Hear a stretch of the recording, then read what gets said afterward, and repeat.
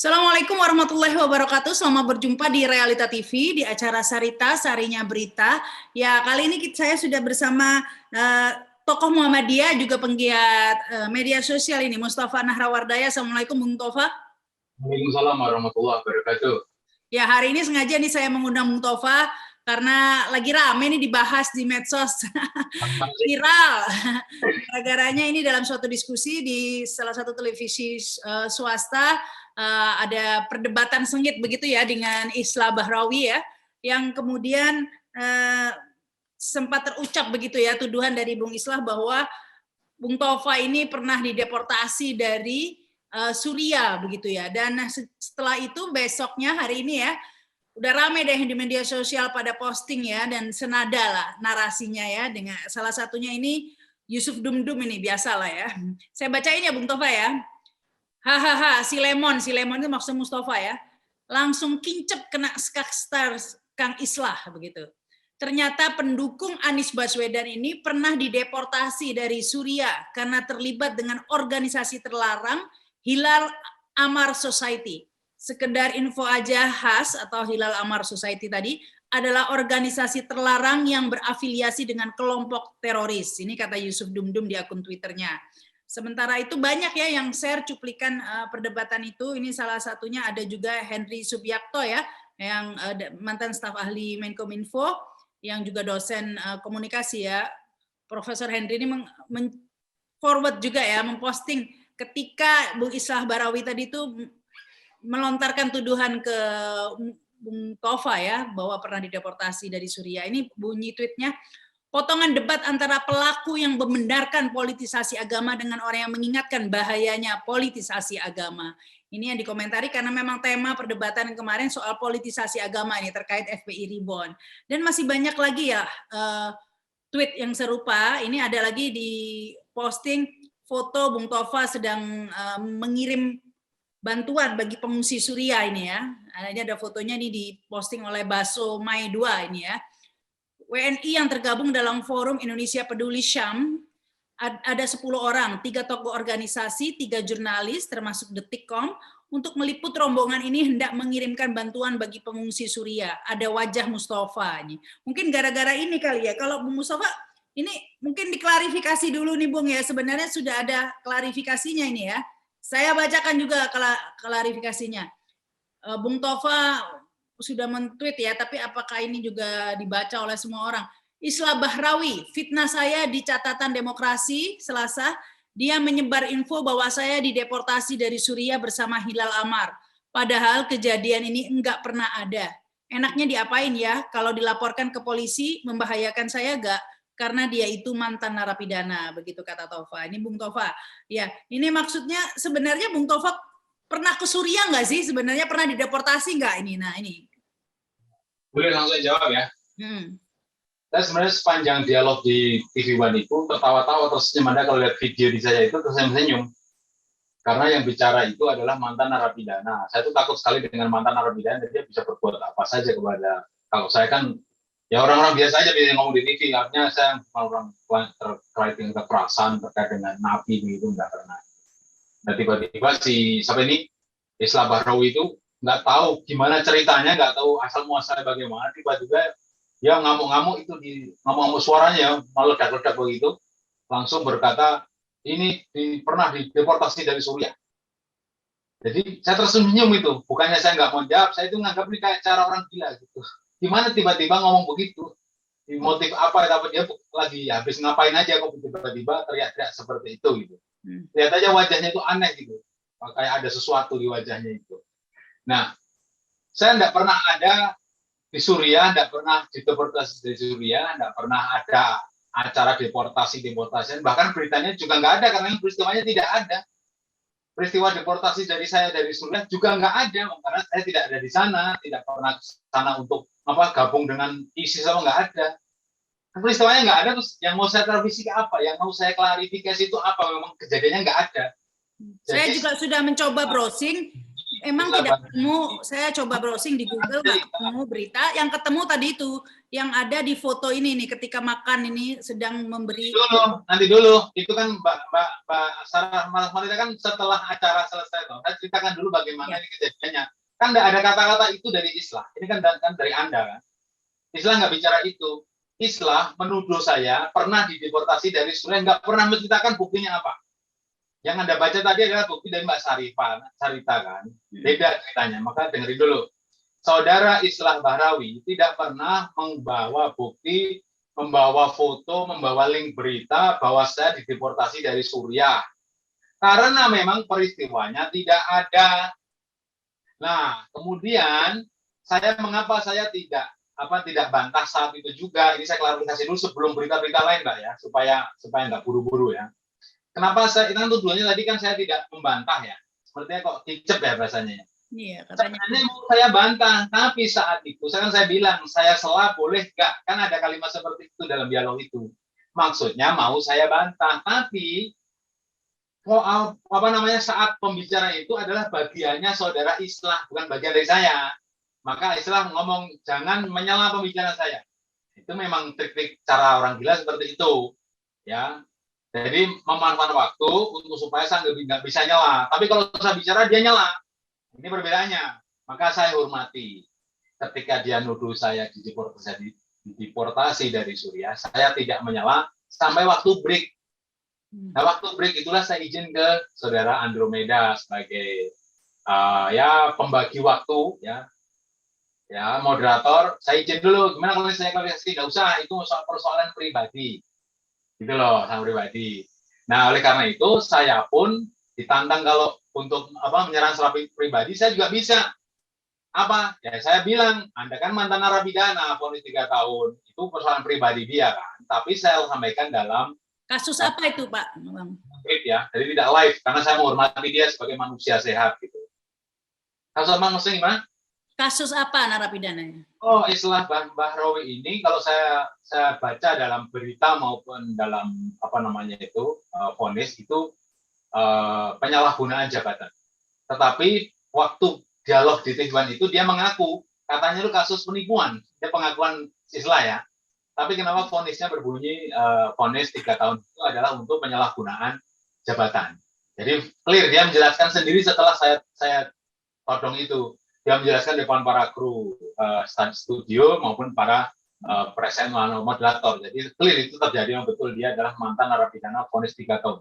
Kasus penyalahgunaan jabatan, nggak tahu apa itu. Nah, seperti itu soal Islah. Jadi dia berkata itu saya yakin dia ngarang 100% karena tidak ada beritanya pun kalau saya deportasi dari Suriah, nyampe Suriah juga tidak dan seterusnya. Memang nggak ada kejadiannya. Jadi mau saya bantah bagaimana? Memang nggak ada. Jadi, tapi Bung Tovan menyangka nggak keesokan harinya tiba-tiba serempak ini? Banyak lah, aku tadi yang saya bacakan cuma seberapa ya, tapi banyak yang posting bahwa di framing lah bahwa Bung Tova ini ya dideportasi dari Suriah, terjaring teror, berafiliasi dengan teroris, seperti itulah. Di bawah nama Anies Baswedan lagi, pendukung Anies Baswedan. Saya duga karena memang pola mereka ya dalam menjatuhkan karakter seseorang itu dengan cara media sosial. Mereka punya pasukan ya, punya buzzer. Kemudian yang mereka meneruskan informasi palsu ini, informasi bohong ini kepada publik, seolah-olah informasi itu benar, padahal itu salah, bohong besar. Seperti itu. Tapi bagi buzzernya, mereka udah menyebarkan seolah-olah itu benar, nggak pernah klarifikasi, nggak pernah tanya ke Islah buktinya apa, emang benar apa tidak, nggak pernah.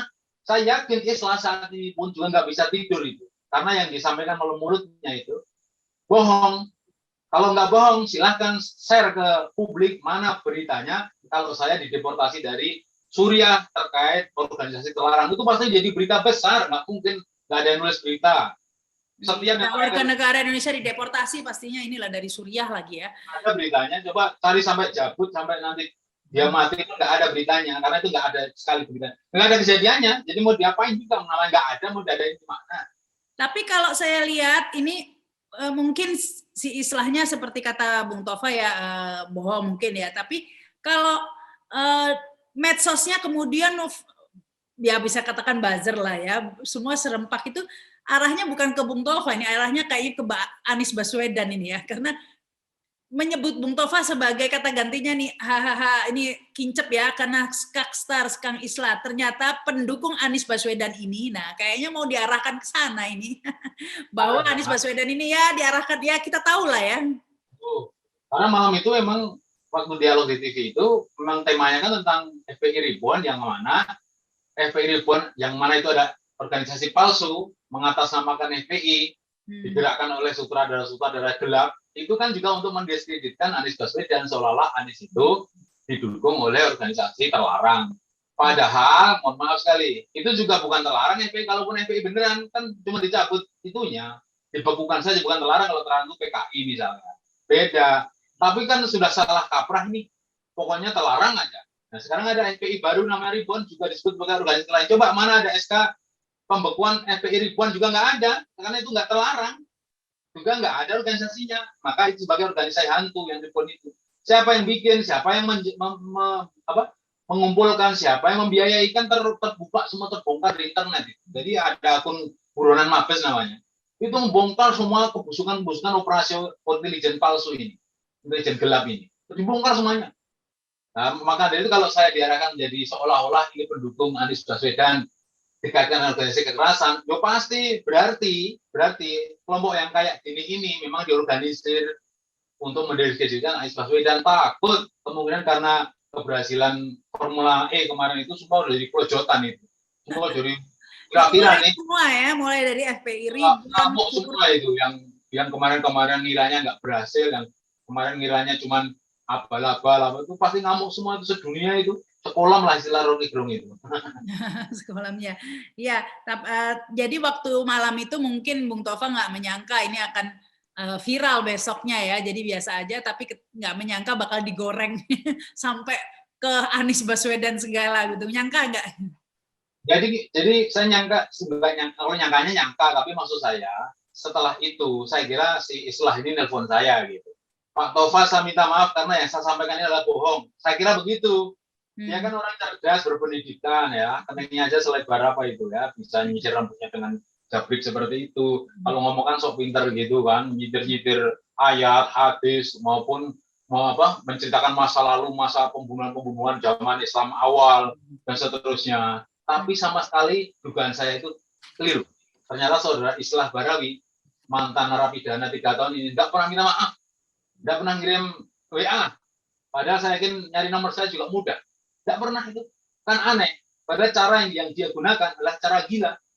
Kenapa? Karena dia menyebar kebohongan tanpa memiliki dasarnya. Itu aja sih, gampang sekali. Kalau sekarang sih Islah Barawi ini adalah Direktur Jaringan Moderat Indonesia ya, Bang Tova.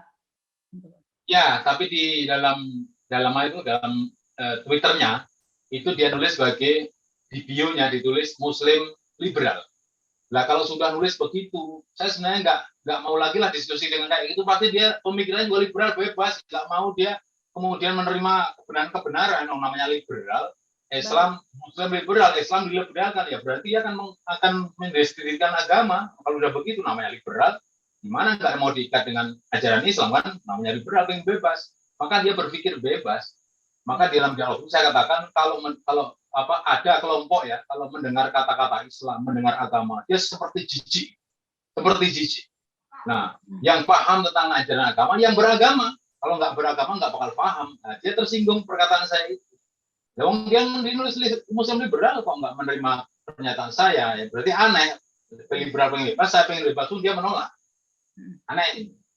Nah, kemudian kira-kira ya sejak itu sudah beredar banyak lah semua tentang Tova ini, sejarahnya semua beredar lah di medsos ya, dikeluarkan semua lah ya. Nah, salah satunya itu adalah foto Bung Tova sedang makan tadi itu dengan beberapa orang dan diberi narasi atau caption tentang tengah mengirimkan bantuan bagi pengungsi Suriah. Mungkin gara-gara ini dihubung-hubungkan dengan Suriahnya. Tahun berapa itu lihat di gambarnya? Nggak disebutkan ini postingannya. Itu ini polisi sita HP 10 WNI yang dipaksa turun dari pesawat di Turki, begitu bunyi. Kemungkinan itu tahun 2015. Ya. Kemungkinan karena saya berkali-kali ke luar negeri, salah satunya ke Turki. Ke Turki Setelah ke Turki saya ke Taipei tahun 2018 itu terakhir ya. Setelah itu pemilu, saya belum sempat ke luar negeri lagi. Ini mau ke Turki lagi rencananya nih. Waktu itu tahun 2015 pernah ke Turki, itu dalam urusan mengirim bantuan ke pengungsi yang dilindungi oleh Erdogan di Turki. Bukan di Suriah ya. Sebagian besar korban perang Suriah. Tapi sebagian lagi juga ada korban-korban lain, tidak hanya Suriah, tapi oleh Erdogan, korban-korban itu ditampung di Lembah Hatay namanya. Nah, di situ kalau mau membantu di situ harus kerjasama dengan IHH, lembaga kemanusiaan resmi milik Turki. Waktu kami ke Turki, ya dibantu oleh IHH sampai ke lokasi, itu dibantu oleh IHH. Tapi waktu itu ada polisi menyamar menjebak kami. Itu kan isinya wartawan tuh, tim kami kan ada wartawan, TV One ada, Detik ada, beberapa wartawan lain ada, kami ajak memang karena itu adalah misi kemanusiaan yang kami sudah mendatangi ke Kementerian Luar Negeri, sudah ditemui oleh Wakil Menteri Luar Negeri, sudah diizinkan, di DPR sudah diizinkan pula, bahkan keberangkatan kami dikawal mobil dari Mabes Polri ke bandara, ada acara resmi pula di sana, kemudian sampai di Istanbul, di Mustafa Kemal Atatürk itu juga bertemu kedutaan besar dulu, duta besar dulu, didampingi namanya Mbak Damayanti, saya masih ingat namanya, didampingi dari pihak kedutaan untuk acara resmi itu. Jadi bukan acara-acara gelap-gelapan lalu jalur-jalur tikus, nggak begitu. Itu kalau di Turki ya. Kalau Suriah nggak ada kegiatannya.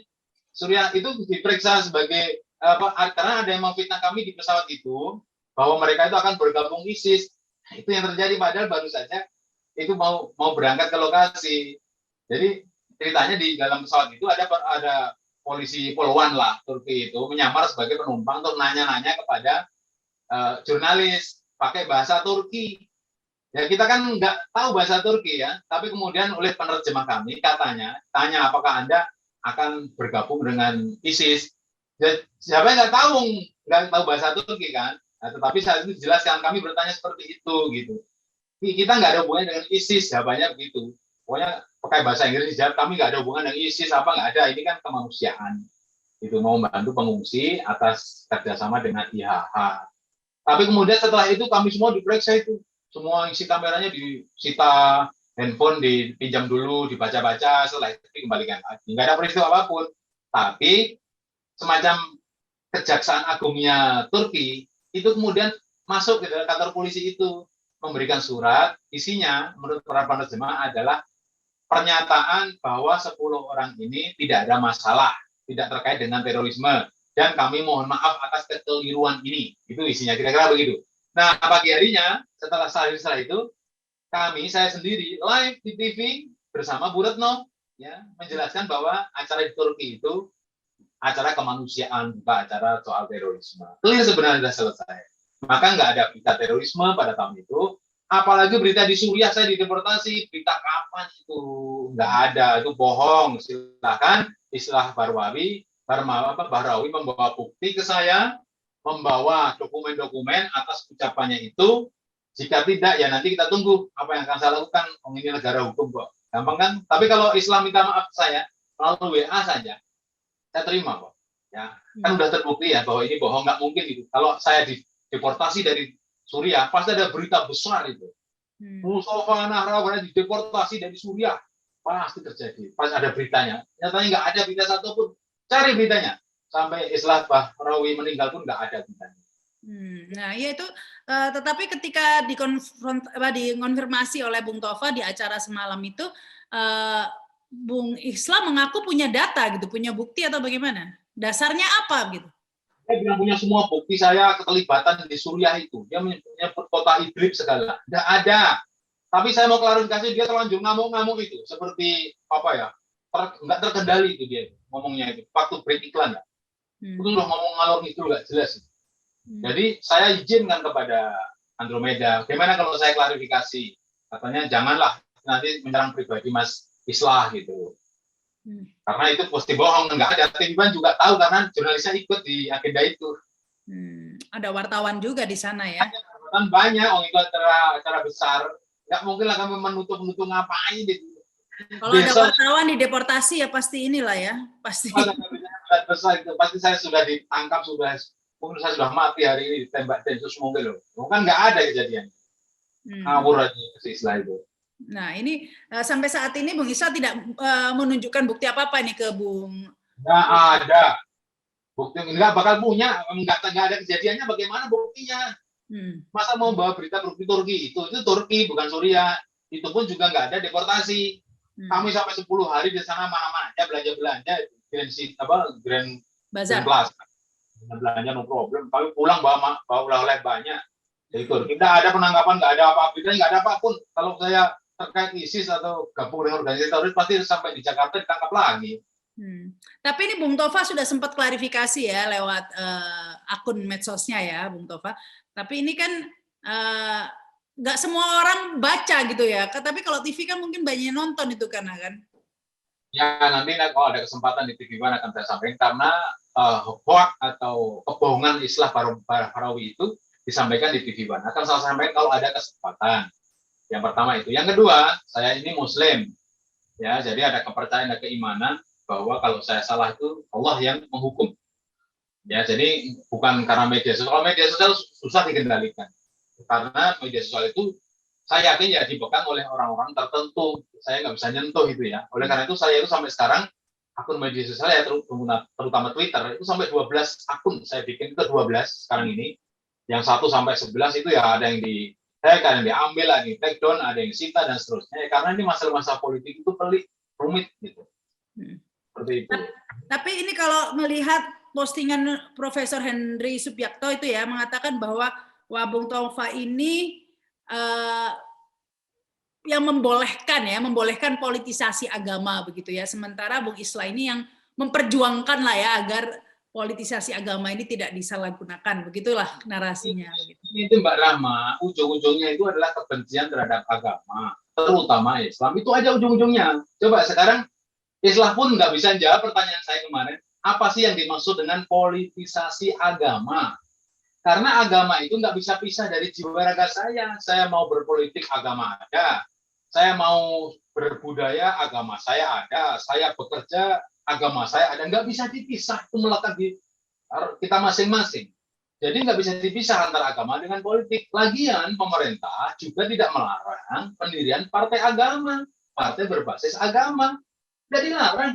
Jadi yang dipersoalkan itu apa? Bahkan Islah Bahrawi pun mengakui bahwa politisasi agama itu boleh. Itulah kemurahan demokrasi, kehebatan demokrasi. Kita bukan negara sekuler, jadi boleh ya partai berdasar ini agama begitu. Boleh. Kalau yang dimaksud itu black campaign menggunakan agama, apakah ada? Saya rasa nggak ada. Misalkan menggunakan Al-Maidah 51 ya. Kita nggak boleh mempercayai pemimpin non-muslim menjadi pemimpin kita, ataupun katanya pemimpin lah orang non-muslim, orang kafir tidak boleh jadikan teman dekat. Salahnya di mana? Memang betul begitu. Itu perintah Al-Quran. Jadi teman dekat nggak boleh, apalagi jadi pemimpin. Memang begitu. Itu bukan politisasi agama. Memang itu perintah Allah. Ya, itu politiknya bukan agama, itu urusan sholat saja. Ini karena Islah Bahrawi itu liberal. Jadi mengakunya Muslim tapi liberal, pasti pikirannya kemana-mana, pengen bebas, nggak mau diikat dengan agama, maka aneh. Apa? Jual mayat, jual ayat. Iya kan, Gubernur DKI selalu gara-garanya pilgub kan, ini pilgub selalu disematkan ayat dan mayat begitu kan? Itu kan ekspresi para kayak sekarang loh, orang deklarasi di mana-mana, ya siapa bisa ngelarang? Orang pendukung itu mau apa saja, siapa yang bisa ngelarang? Mau mereka tidak berorganisasi, nggak memiliki surat izin berdiri, namanya juga pribadi masing-masing orang. Mereka mau menjual mayat, menjual kambing, menjual sapi, ya silakan saja.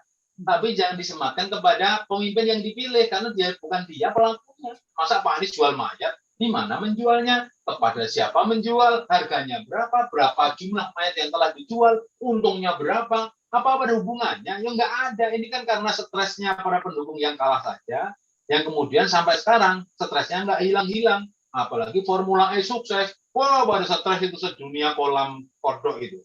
Stres semuanya, bingung. Ya. Jadi mereka mau mengekspresikan kebingungan ini, bingung sendiri. Malah ketua PSI bilang, ini kalau nggak ada saya kejeblos kakinya di lokasi, nggak berlangsung ini Formula E. Nah, kalau gitu silakan jebloskan kaki Anda di kereta api cepat atau di Kertajati supaya mereka bisa jalan. Ayo, si Giring itu ngomong enaknya saja, seolah-olah dia sendiri itu seorang paling hebat sedunia ini. Jangan munafik lah. Kalau nggak mampu, bilang nggak mampu. Kalau mampu, silahkan bekerja. Kan gampang sebenarnya. Ya, memang polarisasi ya. Publik mungkin sudah bosan ya. Memang sudah benar-benar terpolarisasi sejak Pilgub DKI itu. Dan biangnya katanya politisasi agama. Tapi siapakah sebenarnya pelaku politisasi agama? Karena kadang-kadang yang tiap hari postingannya itu ayat-mayat, khilafah, HTI, apalagi radikal, dan lain-lain itu justru bukan dari kalangan yang yang dituduhkan itu, begitu kan? Saya tiap saat memposting ayat, memposting hadis. Bunyinya pasti semua ayat hadis itu menyinggung seseorang, nggak mungkin menyinggung hewan. Maksudnya nggak ada hewan yang tersinggung dengan ayat Al-Quran maupun hadis. Yang tersinggung itu manusia. Kalau ada orang tersinggung dengan postingan ayat yang saya sampaikan, atau tersinggung dengan postingan hadis yang saya sampaikan, berarti dia levelnya seperti hewan. Jadi seperti itu. Hewan saja tidak tersinggung ya. Maksudnya dengan manusia itu tersinggung, dia pakai kasih akal. Ya, semua ayat Al-Quran untuk manusia. Untuk manusia. Ya, pasti ada ketersinggungan, tapi nggak perlu tersinggung. Karena itu memang untuk petunjuk bagi manusia. Tapi kan mereka pandangannya, siapapun yang mensitir ayat, memposting hadis, itu pasti dituduh mempolitisasi ayat, mempolitisasi agama. Ya, di kubu lain juga mempolitisasi agama dalam bentuk lain ya. Maksudnya ya salah satunya itu mengkait-kaitkan memberi stigma itu sendiri sebenarnya suatu politisasi juga ya, memberi stigma seakan-akan calon A hanya menang gara-gara politisasi agama. Itu sebenarnya politisasi agama juga. Lah terus si Islah ini pengennya menjadi guru kedua belah pihak. Bahwa kalian ini, baik yang di kolam maupun di luar kolam, baik Islam maupun non-Muslim, itu semua tidak bagus kalau mempolitisasi agama. Gue ceritakan nih, zaman dulu, pas zaman sahabat Nabi, zaman Nabi, perang Siffin, perang apapun, itu kan didorong oleh pengaruh agama. Ya, khususnya Islam. Gitu. Lalu di dunia lain juga sama, kita dorong perang salib apa segala, misalkan begitu. Intinya itu sebenarnya nggak suka agama, lalu dikaitkan dengan perang, dengan kekerasan. Nah, di luar agama Islam pun juga terjadilah perang karena dorongan agama, Pak. Yang nggak didorong agama juga banyak. Amerika emangnya didorong apa? Membunuh ribuan jutaan orang di Timur Tengah. Didorong oleh apa? Bukan agama juga. Jadi nggak benar kalau menyalahkan antara agama dengan politik. Kalau bersatu, itu menghasilkan kekerasan. Itu kan kesimpulannya seperti itu. Intinya, mereka, menurut saya, ini pandangan pribadi saya, bisa salah, bisa benar. Mereka jijik melihat agama.